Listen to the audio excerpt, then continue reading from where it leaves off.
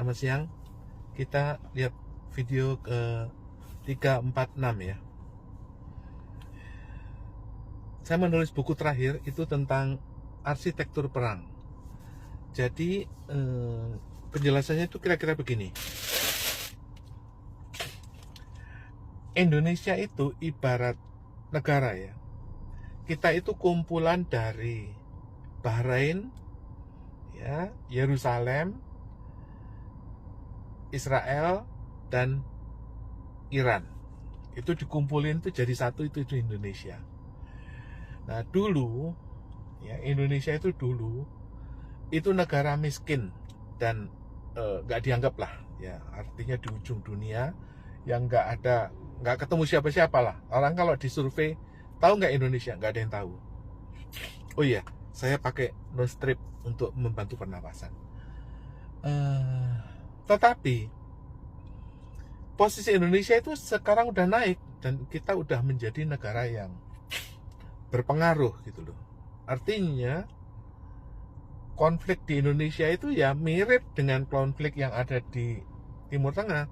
Ya ada Israel, ada Iran, ada campur aduk, ada Lebanon, dan ada pengaruhnya terhadap dunia. Contohnya adalah pada waktu di survei di Indonesia itu masuk 5 besar untuk urusan mineral. Kenapa? Indonesia itu adalah ring atau lingkaran ring of fire, artinya masuk dalam lempeng, pertempuran lempeng yang menyebabkan Indonesia itu banyak ribuan gunung api. Kalau Anda search gunung api di Indonesia itu kayak gini. Oleh karena itu Indonesia itu sekarang itu nomor 5 besar dalam hal nikel, litium, batu bara, dalam hal timah, segala macam. Jadi kalau dunia itu ingin maju, ingin keluar dari petrodolar, itu butuh Indonesia. Karena apa? Nikel Indonesia nomor 1.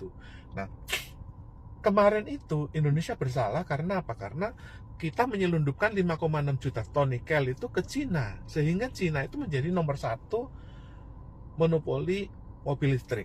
Sehingga Amerika itu merasa kecolongan dengan adanya satu komoditi nikel, maka Cina itu bisa menjadi monopoli nomor 1 dalam hal mobil listrik. Nah, oleh karena itu sekarang Indonesia itu ibarat kata ya seperti Afrika gitu ya.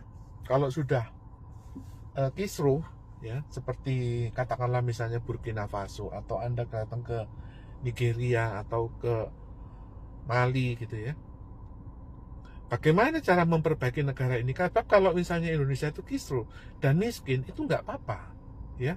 Orang tuh nggak ada yang beli rudal, nggak ada yang beli kapal perang gitu loh. Tapi kalau misalnya golongan menengah ya sudah agak kaya, kisruh, bahaya. Kita bisa beli rudal, dan yang kalau sudah punya rudal kumat itu bisa nyerbu sebelah gitu, tetangga seperti Malaysia atau ya manapun ya. Jadi oleh karena itu, seperti Amerika itu melihat Afrika, diperbaiki yang mana dulu? Tentara dulu. Seperti di Burkina Faso itu ada pergantian presiden lewat militer. Nah, di Indonesia pun juga demikian. Nah, kita sudah punya presiden yang militer, sehingga apa yang terjadi? Mereka evaluasi, seperti contohnya bea cukai. Ya, itu sudah ada mafia bea cukai yang nggak jelas. Orang diobok-obok semuanya diperiksa, itu nggak jelas dan nggak efektif. Terjadi mafia bea cukai, diganti dengan militer. Termasuk juga aparat Kejaksaan Agung ya. Kalau misalnya nggak jelas ya, artinya banyak jaksa yang nyari job, nyari proyek dan sebagainya, dikirim pasukan 6.000 pasukan tentara ya. Anda mau tertib atau dilibas oleh militer, itu adalah gerakan pembersihan yang sekarang terjadi. Supaya apa? Supaya pada waktu Indonesia itu kaya, kita itu punya penegakan hukum. Anda bayangin kalau negara kaya, nggak punya hukum, itu Iran, seperti Iran, ya. Artinya seperti Afghanistan, Iran, Irak, ya. Negara kaya nggak punya hukum, wah udah terserah mereka gitu loh. Akhirnya apa? Bisa nyerbu kiri kanan. Kira-kira demikian.